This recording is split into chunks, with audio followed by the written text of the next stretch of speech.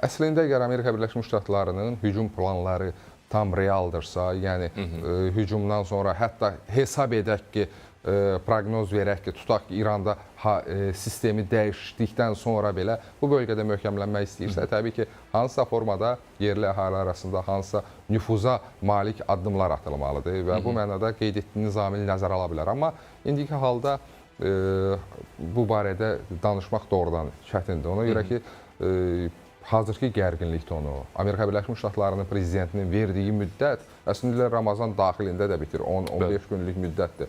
Bu mənada çox təəssüflər olsun ki, proqnozları yaxşı istiqamətə vermək, yəni döyüşsüz, itkisiz keçəcəyi ilə bağlı proqnozlar vermək çox çətindir. Amma istənilən halda biz qonşu dövlət olaraq İrana sabitlik, sülh arzuluyuruq. Qonşumuzda heç bir dövlətin müharibə şəraitində yaşamasını arzulamırıq ki, biz də bu gərginlikdən hansısa formada iqtisadi, siyasi təsirlənməyək.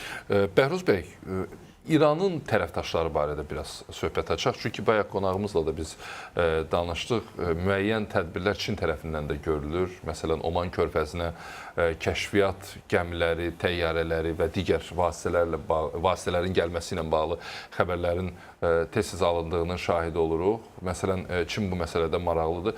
Mən bayaq qonağımızla danışanda dedi, heç bir halda bu müharibənin içində ola bilməz Çin, Amerika Birləşmiş Ştatlarına qarşı. Amma yanaşmalar fərqlidir, düşüncələr fərqlidir. Sizin fikriniz nədən ibarətdir Çinlə bağlı xüsusən də? Çin dünyanın doğrudan yüksələn gücüdür. Bir sıra iqtisadi aspektlərdən Avropa İttifaqını da, Yaponiyanı da, Amerika Birləşmiş Ştatlarını da qabaqlaya bilər.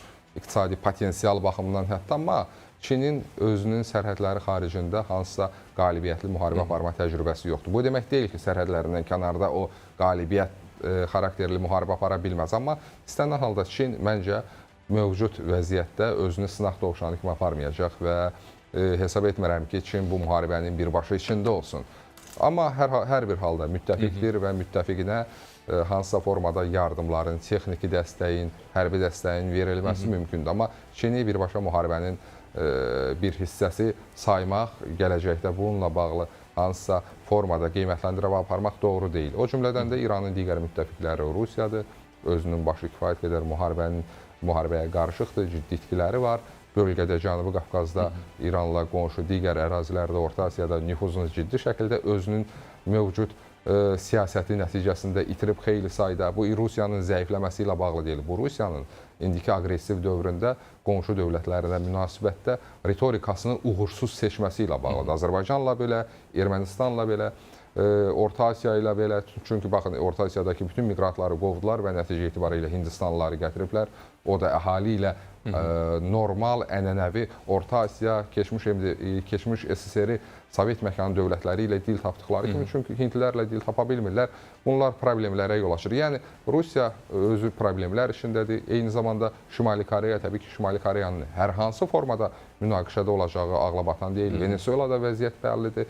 Yəni, İran indiki halda kifayət qədər təklənmiş vəziyyətdədir və düzdür, biz İranı zəif dövlət hesab etməməliyik, amma reallıqları da doğru qiymətləndirmək lazımdır.